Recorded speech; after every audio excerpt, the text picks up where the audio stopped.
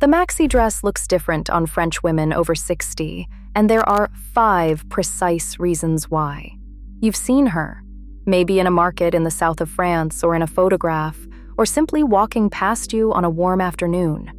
A woman in her 60s, a floor-length dress, no visible effort anywhere, and she looks completely, quietly right. You may have bought a maxi dress yourself and found it looked nothing like that on you. You pulled it on, checked the mirror, and put it back in the wardrobe. The dress wasn't wrong, but something was. There are 5 specific things French women over 60 do when they wear a maxi dress. 5 rules so precise and so consistent that once you know them, you'll see them every single time. And you'll stop wondering why the same style reads so differently on different women. The first rule is about length, and it's probably the one you'd least expect to matter this much. French women over 60 wear their maxi at one very specific length. The hem sits 2 to 3 centimeters above the ground. Not pooling around the feet, not hovering at the ankle, not stopping at mid-calf. 2 to 3 centimeters above the floor, calibrated precisely for flat shoes. When a maxi pools around your feet, the whole silhouette collapses at the base. The eye drops, the line breaks, and instead of reading as intentional, the dress reads as an afterthought. When it sits at mid-calf, it stops the eye at one of the widest points of your leg, and the dress looks like a midi that gave up halfway down. The floor-length cut creates an unbroken vertical line from shoulder to ground. That vertical line is the entire point. It's what makes a maxi dress elongating, elegant, and effortless, genuinely flattering for pear shapes, and one of the most effective ways to create length for petite frames. Everything in these 5 rules serves that line. Anything that interrupts it costs you the whole effect. Check your hem against flat shoes specifically. Parisian women abandoned heels in everyday life decades ago. The perfect maxi length is built for a flat sandal, an espadrille in summer, a simple ballerina flat the rest of the year. If your dress was hemmed for heels, it's hemmed for the wrong life. The second rule is about fabric, and this one changes the way you'll shop forever. French women over 60 only wear maxi dresses in matte fabric. Linen, viscose, cotton gauze, crepe, not satin, not jersey without structure, not anything that catches light across the hip and thigh. These breathable natural fibers are also what make a summer maxi dress genuinely wearable across a long, warm weather day, comfort and elegance serving the same purpose at once. Here's why that matters. Matte. Fabric absorbs light. Shiny fabric reflects it. When a satin or high-shine jersey maxi catches light across the widest part of the body, it draws the eye exactly where most women don't want it drawn. The fabric announces volume rather than concealing it. A matte fabric does the opposite. It lets light travel straight down the length of the dress, which keeps that vertical line intact from shoulder to floor. The silhouette reads as slender even when it isn't, because the eye has no reason to stop. The best matte fabric for a maxi is silk crepe, and specifically, crepe de chine. The yarn is twisted during weaving, which creates a surface that resists cling, drapes cleanly through movement, and holds its shape across a full day. You don't need a luxury budget to get this result.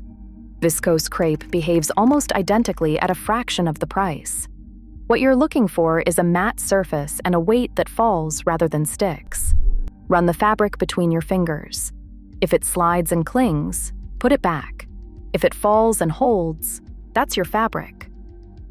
The third rule is the one most women get wrong, even when they know it exists. A maxi dress with no waist definition reads as a tent. French women over 60 know this, and they always create a waist. But not the way you might expect. They don't belt a maxi tightly across the natural waist. A tight belt across a flowing dress creates a pinched, fought effect where the fabric bunches above and below, and instead of looking shaped, you look compressed. The belt wins. The dress loses. Instead, they use one of three approaches. A loose fabric self-tie, knotted softly rather than pulled. A narrow belt worn low, below the natural waist, resting more on the hip. Or a single front tuck, where a small amount of fabric is gathered softly at one side. The goal in all three cases is a suggestion of shape, not an enforcement of it. You want the eye to register a waist without the body being held to account for its exact size. French women dress for suggestion. They don't dress for measurement. The fourth rule is about print, and it's simpler than it sounds. When French women over 60 choose a print for a maxi, the pattern must either travel vertically or be small enough to read as texture rather than statement. Small dispersed florals work. Narrow vertical stripes work.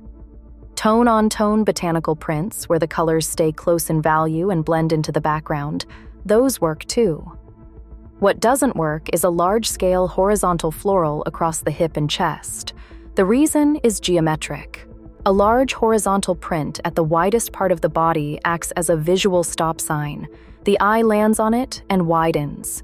It doesn't continue traveling downward. The vertical line you built through the first two rules gets canceled by a careless print in Rule 4. A small print lets the eye keep moving. The dress becomes the background. The woman wearing it becomes the foreground. That reversal is exactly what you're aiming for.